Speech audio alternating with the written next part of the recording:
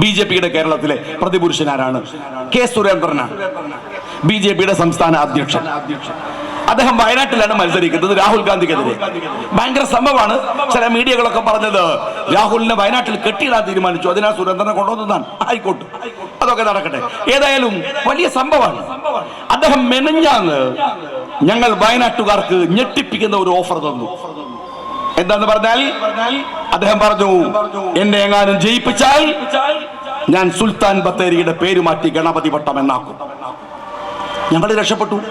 സാധാരണ എന്താ വെച്ചാൽ വയനാട്ടിൽ സ്ഥിരമായിട്ട് ആന ഇറങ്ങുന്നു, ഞങ്ങൾ പരിശോധിച്ച് നോക്കുമ്പോൾ സുൽത്താൻ ബത്തേരി എന്ന ബോർഡ് കണ്ടിട്ട് ഇറങ്ങുകയാണ്.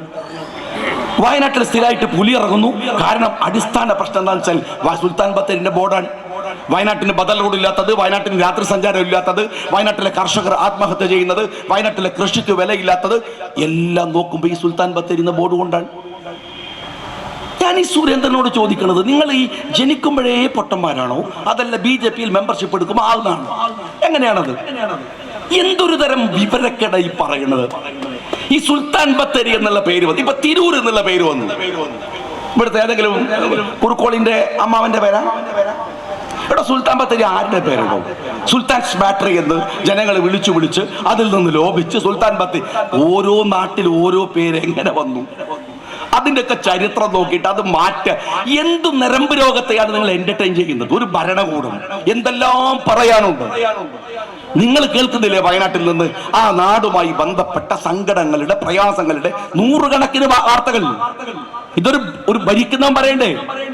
എന്നിട്ട് ആ പേര് മാറ്റലാണ് അടിസ്ഥാനപരമായ എന്റെ ഏറ്റവും വലിയ പ്രശ്നം എന്ന് പറഞ്ഞേക്ക്.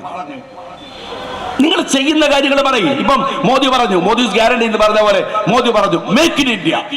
മോദി 10 കൊല്ലം മുമ്പ് പറഞ്ഞ വലിയ ഡയലോഗാണ് മേക്ക് ഇൻ ഇന്ത്യ. നിങ്ങൾ എന്താ മേക്ക് ചെയ്ത്? ഒന്ന് പറഞ്ഞേ. അദാനിനെയാ മേക്ക് ചെയ്ത്? അംബാനിനെ മേക്ക് ചെയ്ത്? എന്താ ഉണ്ടാക്കിയത്? ഉണ്ടാക്കിയതൊക്കെ വിറ്റല്ലോ നിങ്ങൾ. രാജ്യത്തിലെ നിരവധി കമ്പനികൾ നിങ്ങൾ വിറ്റു. സീപോർട്ടുകൾ വിറ്റു, എയർപോർട്ടുകൾ വിറ്റു. ഇന്ത്യയിലെ ഏക വിമാന കമ്പനി വിറ്റു. BJPക്കാരാ. ബഹ്റൈൻ എന്ന് പറയുന്നത് കോടിമുട്ടയുടെ വലിപ്പമുള്ള ഒരു രാജ്യമാണ്. അവർക്ക് സ്വന്തമായ വിമാന കമ്പനിയുണ്ട്, ഗൾഫ് എയർ. ഇന്ത്യയുടെ എയർ വിറ്റു നിങ്ങള്. നിങ്ങൾ എന്താ ഉണ്ടാക്കിയത്? മേക്ക് ഇൻ ഇന്ത്യ എന്ന പടായി വിടുമ്പോ ഇവിടെ ഉണ്ടാക്കിയത് എന്താണ്? എന്തെങ്കിലും ഒന്ന് നിങ്ങൾ പറ. ഇവിടെ ഉണ്ടാക്കിയെന്ന് പറയാൻ കഴിയും. 947 ഇന്ത്യ സ്വതന്ത്രമാവുകയാണ്.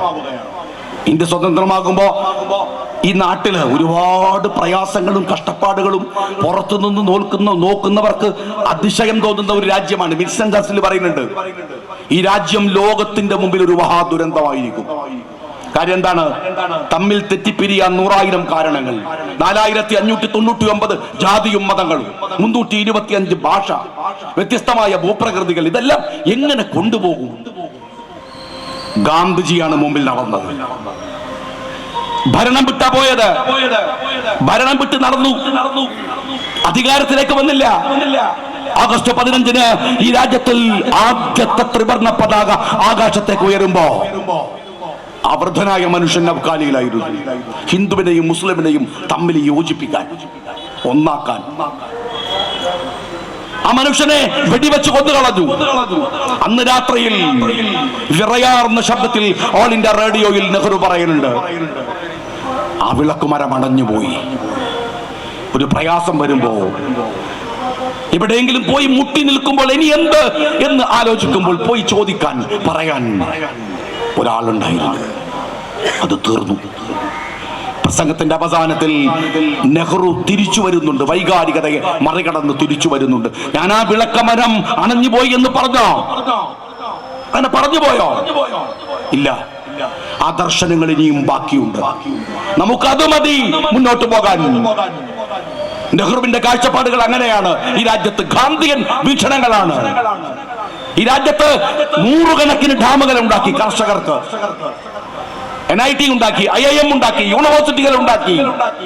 നമുക്കൊരു നയമുണ്ടായിരുന്നു, ചേരി ചേരാ നയം. എന്തൊരു സുന്ദരമായ പേരാണത്, ചേരി ചേരാ നയം. ഇതാ കണ്ടില്ലേ നിങ്ങള്? ഇസ്രായേലില് എത്ര മാസങ്ങളായി ഇപ്പൊ ഇറാനുമായി പ്രശ്നമായി. തുർക്കിയിൽ നിന്ന് വരുന്ന വിമാനങ്ങൾ റദ്ദ് ചെയ്തിരിക്കുന്നു. സംഘർഷഭരിതമാണ് ആ മേഖല. ഇന്ത്യക്ക് എന്താ റോള്? ഇന്ത്യക്ക് എന്താ റോള്? ലോകത്തിന്റെ നെറുകയിൽ നിൽക്കാൻ പാകത്തിൽ ഈ രാജ്യം വന്നിരുന്നു, ശക്തമായി. യൂറോപ്പിനെ വെല്ലുവിളിച്ച് ഏഷ്യയിൽ ഒരു കരുത്തായി ഇന്ത്യ മുന്നിലുണ്ടായിരുന്നു. ഈ രാജ്യം ഉയർത്തിക്കൊണ്ടുവന്ന നിലപാടുകൾ നിങ്ങൾ എന്താ ചെയ്തത്? മോദി ഒരു കാര്യം മനസ്സിലാക്കണം, ഈ വിടലുണ്ടല്ലോ, അതൊക്കെ നടത്തുന്നതിന് മുമ്പ് ഒന്ന് ചിന്തിക്കണം.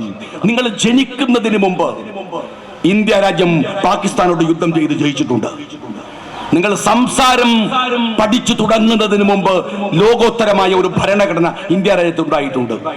നിങ്ങൾ മുട്ടുകാലിൽ നടക്കാൻ തുടങ്ങുന്നതിന് മുമ്പ് ഏഷ്യൻ ഗെയിംസിന് ഇന്ത്യ രാജ്യം ആതിഥേയത്വം വഹിച്ചിട്ടുണ്ട്. നിങ്ങൾ കൊള്ളിയും കോലും കളിച്ചു നടക്കുന്ന കാലത്ത് ഇന്ത്യ ബക്രാനന്ദൽ കനാൽ ഉണ്ടാക്കിയിട്ടുണ്ട്.